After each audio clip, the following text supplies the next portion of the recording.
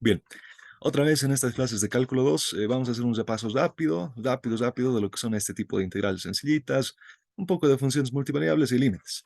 Bien, entonces vámonos directamente a la solución para explicar nomás la solución de este tipo de prácticas. El ejercicio del ingeniero nos decía hallar el área de la región de la figura, ¿no? El de la región sombreada. Entonces ahí teníamos una parábola, su vértice está en el origen. A ver si se está bien. Si no se ve, me dicen ya. Creo que sí se está bien. Sí, bien, su vértice está en el origen. Dice que conocemos un punto de la parábola, conocemos este punto, ¿no? En X es una distancia B y una altura H en Y, ¿no? Entonces, conociendo ya un punto de la parábola, su vértice, fácilmente podemos hallar la ecuación de la parábola. Es una parábola cuyo eje está en el eje Y, entonces, pues los X van a ser los X al cuadrado, ¿no? Entonces, esto es Y igual a K veces X al cuadrado. Ahí está la forma característica de esta parábola, pero este valor K, este parámetro, no lo podemos dejar así nomás. Como conocemos un punto que pasa por la parábola, pues reemplazamos este punto de coordenadas BH, pues lo reemplazamos, tiene que cumplir en la ecuación, ¿no es cierto? Como pertenece a la parábola. Entonces, y vale H, X vale B, despejamos K y ya tenemos la ecuación de la parábola. Y igual a K, pero K es H sobre B cuadrado por X al cuadrado. Esa sería la ecuación de la parábola. Ahora, la integral. Este tipo de integrales son de cálculo 1. Miren ustedes, lo que nosotros analizamos es una tajada diferencial, ¿no es cierto? Bueno, lo voy a hacer de color rojo. ¿Qué tal si nosotros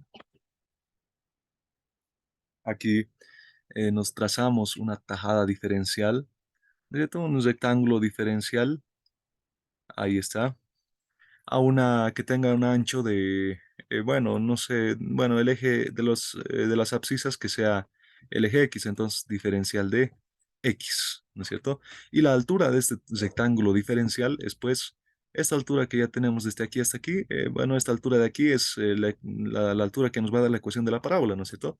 Le podemos dar el nombre de esta alturita Y1. Bien, y la altura superior para el rectángulo es esta altura de aquí, ¿no? La ecuación de esta recta. Eso le daremos una altura Y2. Entonces, la altura del rectángulo es pues la resta de Y2 menos Y1, ¿no es cierto? Entonces, aquí está. Entonces, el área de este rectángulo diferencial es pues base, lo voy a hacer de otro color. Bueno, esto es netamente cálculo 1, por eso lo mete aquí antes el INGE, para hacer un repaso de cálculo 1. El área de ese diferencial de área, ¿no? Del rectángulo diferencial es base, diferencial de X, por altura. La altura es Y2 menos Y1, ¿no? Y2 menos Y1. Listo, entonces si nosotros integramos miembro a miembro, pues vamos a tener el área total de del área sombreada, ¿no? Aquí hay que poner sus límites y demás. Entonces aquí tenemos eso. El área es igual a la integral del diferencial de área, es igual a la integral de, aquí está, ¿no? Y2, en este caso Y2 es esta recta, pero esta recta es una recta horizontal, perfectamente horizontal, entonces constante, ¿no es cierto? Esta constante tiene una altura h, entonces Y2 es h menos Y1.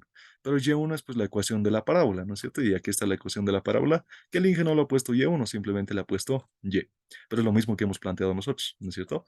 Listo. Entonces, además, multiplicado por la base, diferencial de x. Pero aquí el x es pues la variable, ¿no es cierto? Entonces, este h y este y puede que sean función de x. Miren aquí, y es pues función de x, ¿no es cierto? Depende de los valores de x, van a tomar valores y.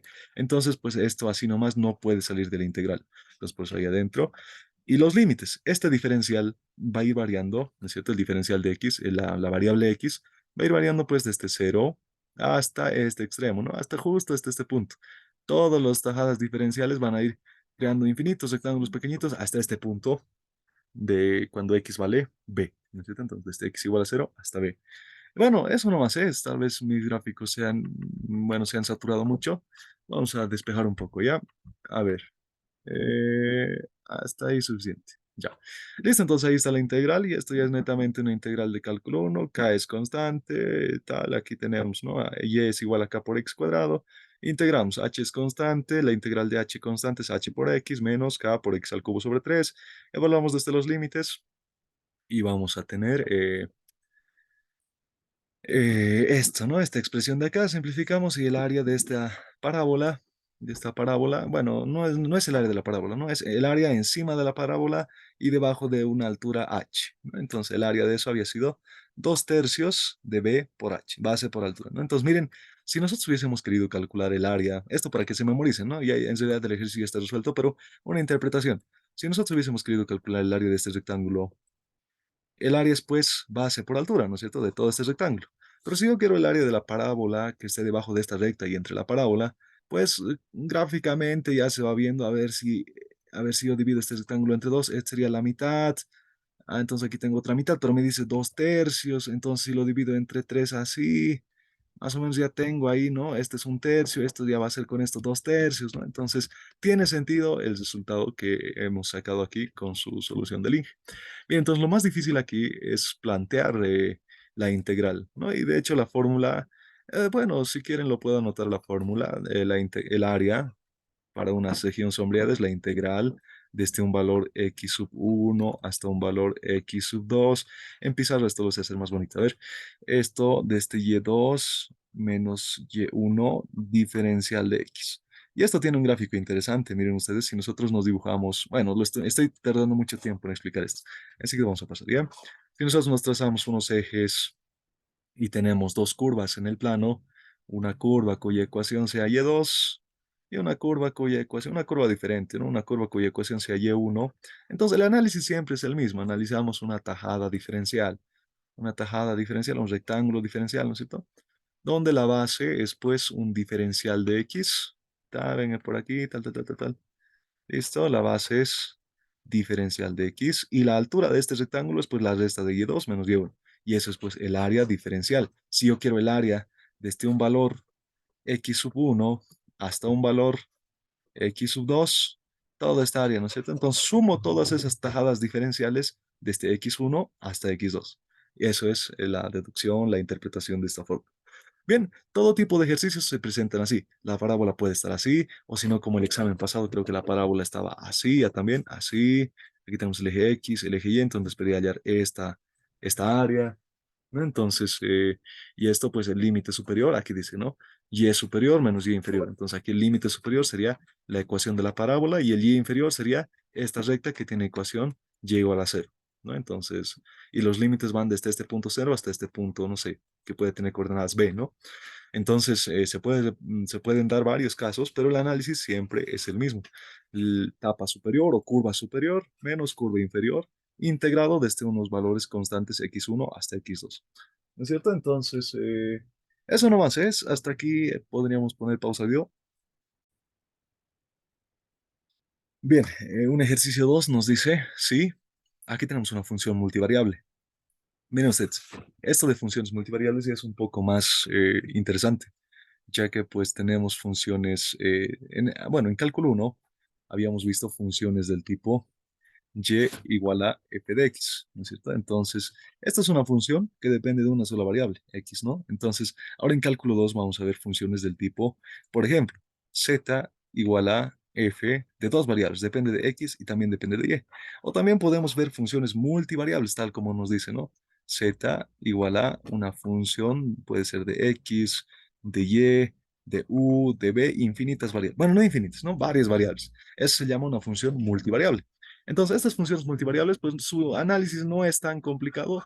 Simplemente, pues antes habíamos visto que y es función de x en cálculo 1, ¿no? Entonces, para cada valor de x vamos a tener un valor de y. Ahora en cálculo 2 es casi lo mismo. Z es función de x y y. Es decir, para un valor de x, ¿qué tal si x vale 2, digamos? Y para un valor de y, ¿qué tal si y vale 3? Entonces, haciendo una serie de operaciones con estos valores, pues vamos a tener un valor de z. Puede ser, digamos, una función multivariable z igual a x cuadrado más y cuadrado. Esta es la ecuación de un paraboloide, ¿no es cierto? Entonces, si x vale 1, y vale 1, entonces z vale 2, ¿no? Entonces, a eso se refiere con funciones multivariables, que dependen de varias variables, pero siguen siendo funciones. Bien, entonces, si z es igual a la raíz cuadrada de y más x cuadrado, entonces aquí vemos dos letras ahí aquí, entonces son las variables independientes. Es una función de dos variables independientes. La palabra independiente usualmente se sobreentiende, ¿no? Bien, tenemos dos variables independientes y una variable dependiente. Hallar y representar el dominio de Z. Bien, entonces, para hallar el dominio de una función, cualquier función, lo que sea, el análisis es el mismo de siempre. A ver, en cálculo 1 habíamos visto, ¿no? Hay restricciones. Si tenemos raíces cuadradas de una función f, aquí la restricción es que f sea mayor o igual que cero. Si tenemos, no sé, logaritmo, logaritmo de una función f, no hay logaritmos de números negativos, ¿no es cierto? Entonces aquí perdón, la condición es que f sea mayor que cero. Si tenemos fracciones, vamos a tener el tipo f dividido entre g. Aquí las restricciones que g sea distinto de cero, tal que evitemos la división entre cero y evitemos los números infinitos. ¿No es cierto? Entonces, a ver, ¿qué más me estoy olvidando? Mm, bueno, creo que son las más importantes. Raíces, logaritmos, fracciones, cosenos, ¿no? Algunas definiciones del arco coseno y el arcoseno. Si yo tengo el arco coseno, digamos, de una función f, aquí la restricción es que la función f debe pertenecer al intervalo de este menos uno hasta uno, ¿no es cierto? Con el arcoseno es lo mismo. Bueno, esas algunas, ¿no? Bueno, tal vez se me esté escapando alguna más, raíces, logaritmos, pero estas son las más importantes. Bien, entonces, bueno, ¿y aquí qué es lo que tenemos? Tenemos una raíz. Entonces, la única condición que se debe cumplir es que el argumento de esta raíz cuadrada, es decir, lo que está dentro, debe ser mayor o igual que cero, ¿no es cierto? Y es lo que está anotado aquí. Bien, entonces ya está, aquí ya tenemos el dominio. Necesito no hacer ahora cómo graficamos el dominio. Miren ustedes, para graficar el dominio necesitamos hallar la curva crítica. Es como los puntos críticos, ¿no es cierto? Lo que llevamos en cálculo uno y para ir en cálculo uno han debido hacer este tipo de rectas. A ver, este tipo de rectas. Ya llevan los puntos X, los X críticos, ¿no es cierto? En este punto X1, las raíces de la ecuación la llevan, ¿no es cierto? Entonces aquí era intervalo abierto, intervalo cerrado, o depende, ¿no? Y pintaban esto, a veces pintaban esto, y así, ¿no es cierto? Entonces, estos son los puntos críticos. Pero ahora en el plano lo que vamos a hallar son curvas críticas. Bien, ¿cómo hallamos este tipo de curvas críticas? A ver, ahí está. ¿Cómo hallamos este tipo de curvas críticas? Pues, bueno, tenemos aquí la condición. Lo que vamos a hacer es igualar esta condición a cero. Y igual a x, perdón, y más x cuadrado igualado a cero. Ya hemos pasado geometría analítica, ahora tendríamos que tener la capacidad de graficar este tipo de curvas. Lo que usualmente hacemos es despejar y, es lo mismo que menos x cuadrado, y aquí y es igual a menos uno por x cuadrado, ¿no? Entonces aquí la constante k vale menos uno. Entonces es negativo, ¿no? El tipo de ecuaciones, el tipo de parábolas del tipo y igual a x cuadrado es una parábola que se abre hacia arriba, pero si su coeficiente es negativo va a ser una parábola que se abre hacia abajo. ¿No es cierto? Entonces aquí ese es el caso. Además no tiene desfases, su vértice pertenece al origen de coordenadas, ¿no es cierto? Una parábola que se abre hacia abajo y eso es suficiente. Ahora, ya habiendo graficado la parábola, esta parábola a todo el plano nos divide en dos regiones, es decir, una región aquí, una región todo esto, y otra región aquí adentro, ¿no? Entonces, ¿cuál de las dos regiones será el dominio de esta función? Hasta ahí, a ver, pausa el video. Bueno, como les iba diciendo, esta curva nos divide en regiones a este plano, entonces, ¿cuál región va a ser el dominio, no? Bueno, lo que hacemos para analizar esto es, mm, bueno, con la práctica ya vamos viendo muchas cosas. Miren ustedes, de la ecuación, de esta ecuación que tenemos remarcada, o bueno, enmarcada con color rojo, puedo despejar el y. Y es lo mismo que, bueno, no es lo mismo, ¿no? Estamos en una desigualdad. Mayor o igual que menos x al cuadrado. La ecuación y igual a menos x al cuadrado es la ecuación de esta parábola. Y como nos dice los valores y mayores o igual a esa parábola, entonces los mayores son los que están arriba, ¿no es cierto? Entonces ahí analíticamente más o menos vamos viendo que este tiene que ser la región que cumple esta ecuación. Pero, bueno, también hay varias formas. Miren ustedes, podemos analizar puntos. ¿Qué tal si yo agarro este punto que tenga coordenadas 0 y 1? Y los reemplazamos en esta condición. Esta es la condición, ¿cierto? Bien, entonces cuando x vale 0 y y vale 1. Si x vale 0, aquí va a ser 0, y vale 1. 1 será mayor o igual que 0, eso es verdadero. Entonces, este punto sí cumple con la condición. Como este punto sí cumple con la condición, toda la familia de puntos que pertenezcan a este dominio, perdón, eh, a esta, a esta región, a este intervalo, ¿no es cierto? A este intervalo en el plano, pues toda la familia de puntos también va a cumplir. Entonces, la otra familia de puntos no tendría que cumplir. Podemos hacer la prueba. Este punto de aquí que tenga coordenadas 0, menos 1. Ok, 0, menos 1. A ver, x vale 0, y vale menos 1. Menos 1 será mayor o igual que 0, pues eso es falso, ¿no? Entonces, este punto de aquí no cumple con la condición. Entonces, toda la familia de puntos que estén junto con este punto no van a cumplir con la condición. Entonces, pues no pertenecen al dominio.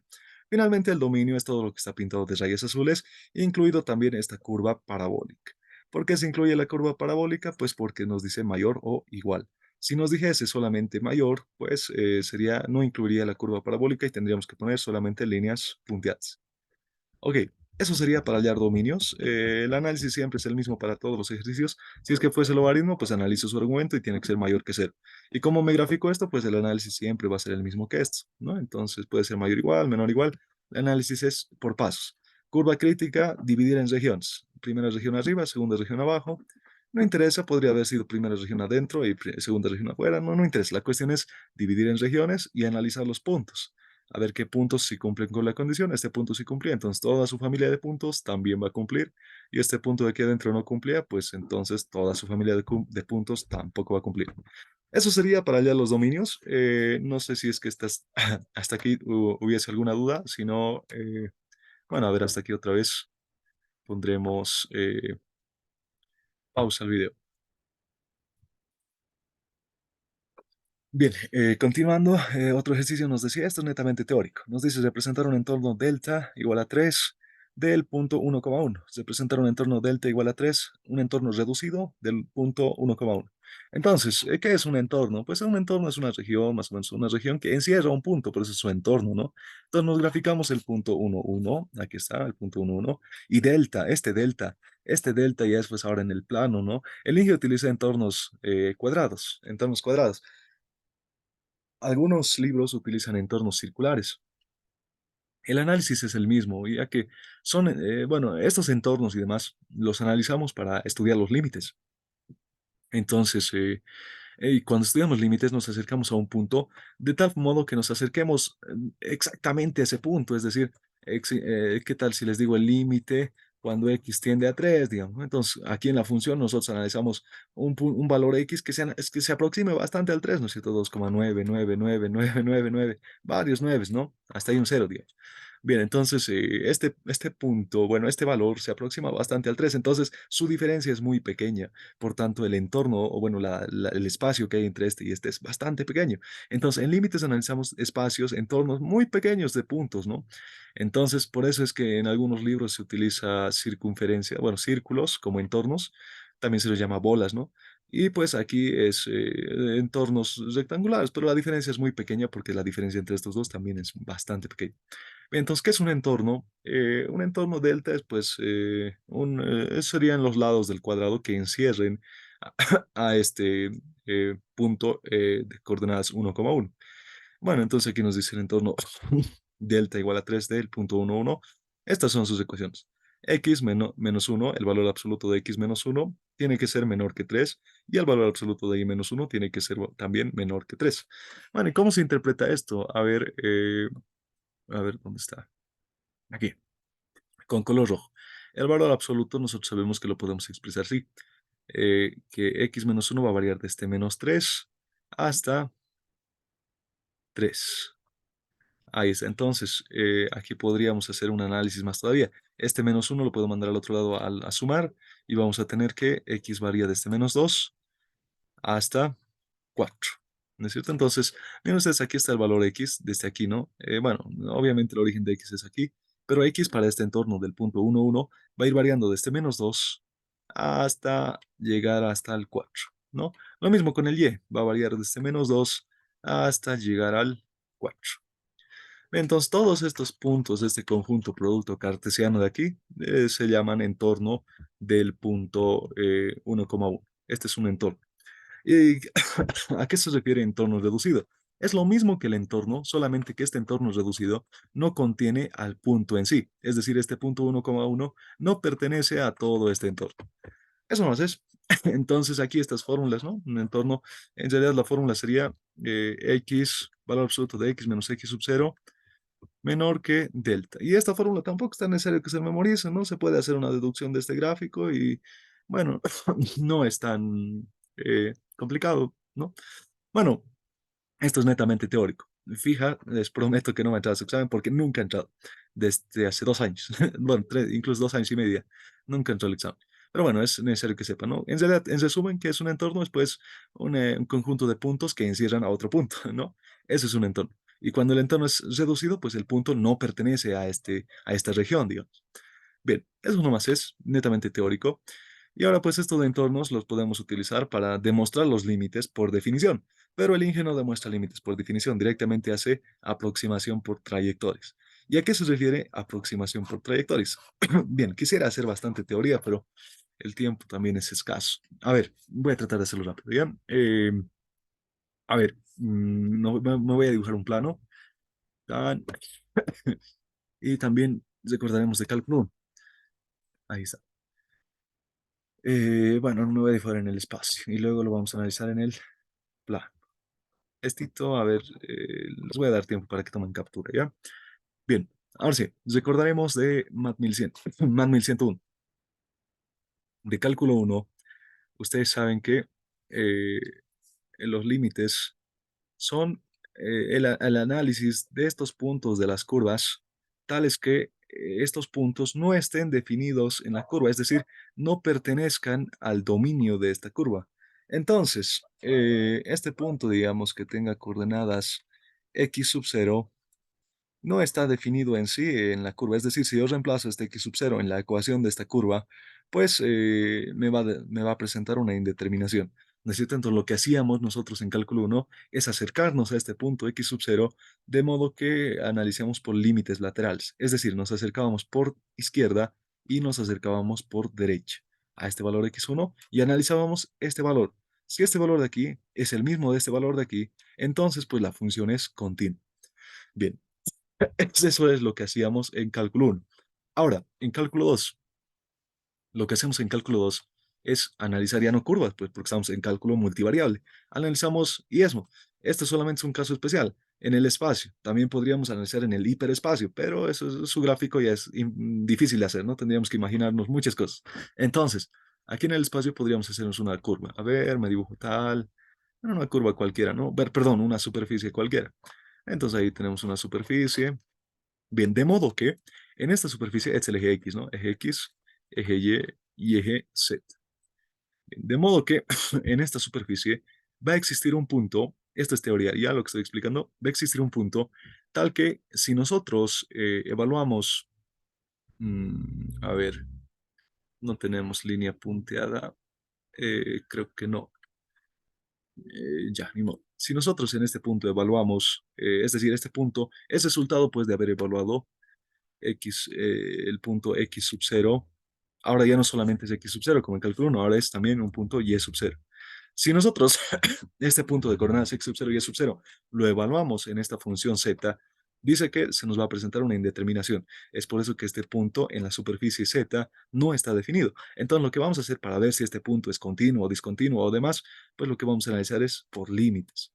Y pues, ¿cómo nos vamos a acercar ahora a este punto? Miren, en cálculo 1 nos acercamos por izquierda y por derecha, pero ahora en cálculo 2 tenemos que acercarnos a un punto de coordenadas x sub 0 y y sub 0, podemos acercarnos por izquierda, por derecha, por atrás, por adelante, por un costado, por otro costado, por una curva, por otra curva, por varios puntos podemos acercarnos. Entonces, para eso hemos estudiado el entorno. Es decir, si nosotros volvemos a dibujar este punto de aquí en el plano, este es el eje X y este es el eje y nos acercamos, perdón, digamos que el punto esté por aquí. Ese punto que nos provoca la indeterminación x sub 0 y y sub 0, ¿cómo nos acercamos a este punto? En cálculo 1 nos acercábamos con rectas constantes, ¿no es cierto? Tal vez no se entienda bien por izquierda o por derecha. Lo que en realidad hacíamos es acercarnos por rectas constantes, ¿no es cierto? De modo que estas rectas sean tan cercanas a x sub 0, de modo que el entorno aquí sea muy pequeño, ¿no es cierto? Entonces analizamos eso por límites. Bien, ahora aquí en cálculo 2 podemos acercarnos por esta recta, por esta recta, por esta recta, por esta recta, por esta recta. Hay infinitas curvas por las cuales nos podemos acercar a ese punto, por esta recta. Y no siempre tienen que ser rectas. Podríamos acercarnos a este punto por curvas. Por esta curva podemos acercarnos al punto, por esta curva, por esta curva, por esta curva. No, hay infinitas curvas ya también. Entonces, de modo que hay infinitas curvas y rectas constantes por las cuales nos podemos acercar a este punto de coordenadas x sub 0 y y sub 0. Y eso es a lo que se le llama aproximación por trayectorias. Bien, hasta ahí sería la parte teórica. Ahora ya con la parte práctica de seguro se va a entender bastante mejor. Nos dice este ejercicio. eh, Hallar el límite cuando x tiende a cero, es decir, ya no está dando las coordenadas x sub cero, dice que x tiende a cero, x sub cero vale cero. Cuando y tiende a cero, es decir, cuando y vale cero. Entonces, cuando y sub cero vale cero. Entonces, en este punto, en el origen de coordenadas, dice su imagen en z está produciendo una indeterminación. Analizaremos, si x vale cero, y vale cero, voy a tener cero arriba, x vale cero menos cero, voy a tener cero abajo, cero sobre cero, ¿no? Ese es el tipo de indeterminación cero sobre cero. ¿Cómo se resuelve esto? Bien, de hecho, para resolver este tipo de ejercicios existe ya una definición y demás que se llama límites reiterados o también llamado límites iterados. Pero lo que estoy viendo en este tipo de soluciones del INGE, el INGE no resuelve eso. Entonces, directamente lo que el INGE hace es aproximación por trayectorias. Entonces, aquí el INGE ya les da, eh, el límite se da en este punto cuando x sub 0, cuando x ya tiene a 0, 0.